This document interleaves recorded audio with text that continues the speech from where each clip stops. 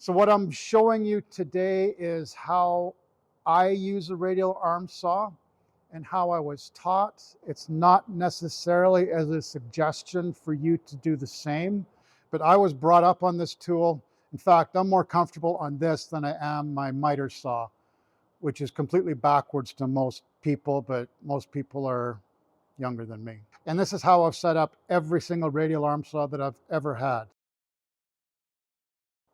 How's it going, guys? This is a really quick video that I'm going to show you something on my radial arm saw that, again, I've never seen before. Now, this one is not so much a recommendation. It's more of an explanation and a response to a comment that I had on my last video about how I was using my radial arm saw. Now, as a disclaimer, what I'm about to show you is not the way the manufacturer suggests or designed this tool to operate. However, it's a trick that I was taught 39 years ago in my high school shop class. Now, it's well known that the radial arm saw is one of the most dangerous tools, so I do not recommend you doing anything that the manufacturer doesn't recommend. This is just the way that I was taught to use it, the way I've been using a radial arm saw forever. I'm hoping this doesn't start some controversy because that's not my intent. Again, my intent is just to respond to a comment that I had. And the question that I got was, is this a unique model because they've never seen anyone with the radial arm saw that is using the push cut. It's always the pull cut. And that's the way the tool was designed. But I was using it with my back fence system to make my dados. Now, the only reason I have what I'll call a two fence system is because with my back fence, I can get about an extra 4 inches of cut. I usually will only utilize this in a push cut method if I'm cutting plywood, so 3/4 of an inch or less. And again, I understand this tool completely. I've been using it for 39 years, so I understand the risks and what I need to do to avoid those risks. And the risk in using it this way is the blade is spinning this direction. So using it as a push cut is basically like using a skill saw, because a skill saw, the blade is turning that way as well. However, with a skill saw, you've got the base of the saw, which is preventing the piece from wanting to come up.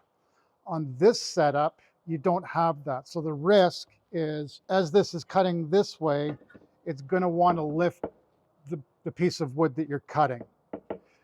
Now, when I utilize the saw in this manner, cutting plywood, I'll usually clamp the plywood down to the table so it's not going to go anywhere.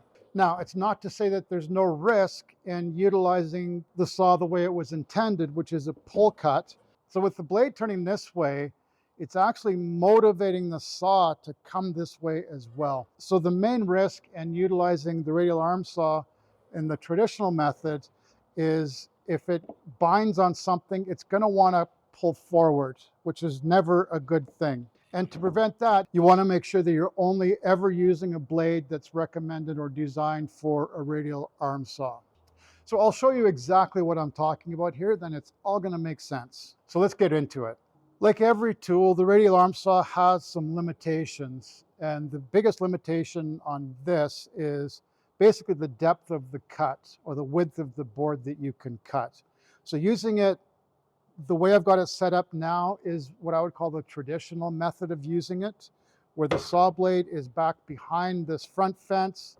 So in order to make a cut, I'm not going to turn it on because it's noisy, but in order to make a cut, you set your stock in place, start the saw, pull it through, make the cut. Bob's your uncle. Everyone's happy, assuming you cut it in the right spot.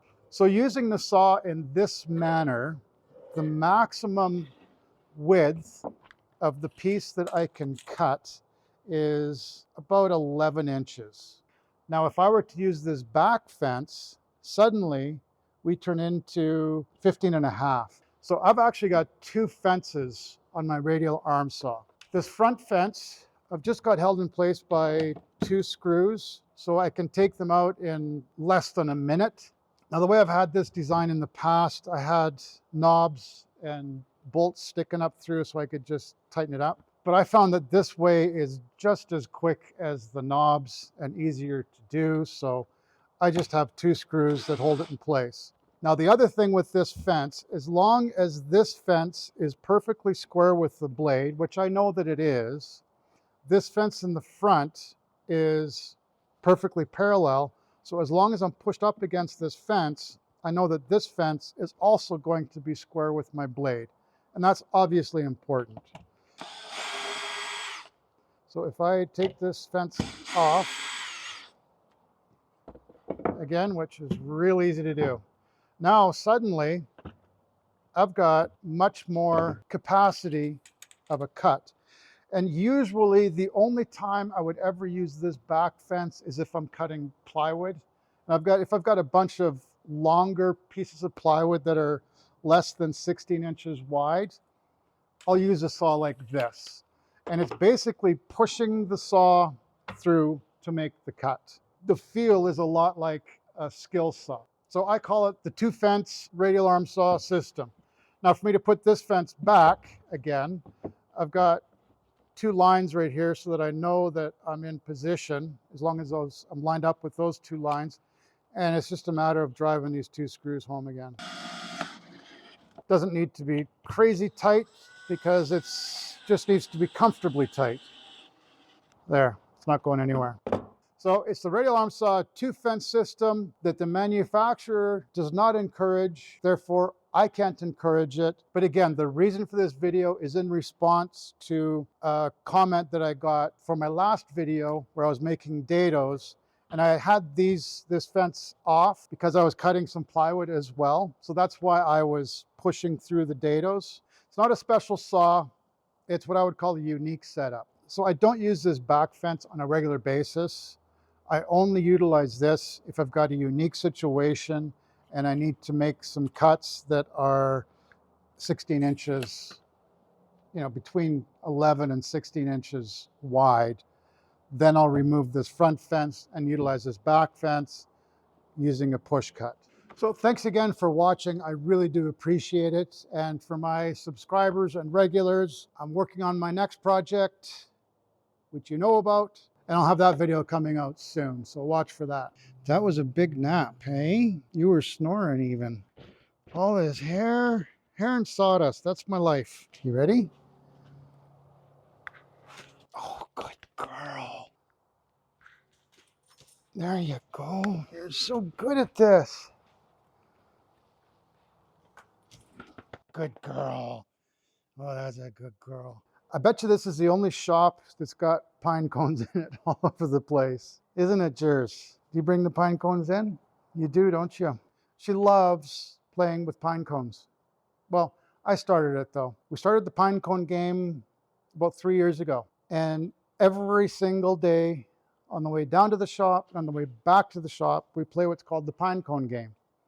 We've got pine cones all over the place. And the game is that I'll pick up a handful and I'll kick them to her and she'll catch them. Or her absolute favorite game is golf pine cone. Got a pitching wedge, an old pitching wedge that I keep at the front of the house, and I'll practice my golf swing, hitting pine cones to her, and she catches them. She would do that for hours. She does it until she can't stand anymore and she just has to lie down. Right, Pumpkin? You're pretty good for an old girl, aren't you? All right, thanks again. Subscribe, like, share, comment, all that good jazz. Jersey says goodbye too, which would have been, now I need to do math. This is going to get complicated. So if we had 56, we subtracted 17. Now, you cannot take 7 away from 6. So if memory serves me, we turn this into a 4. That becomes 16. So we're going to call this a 9. This is going to be a 3. So 39. Now we're going to check our math. 39, 17. That is correct.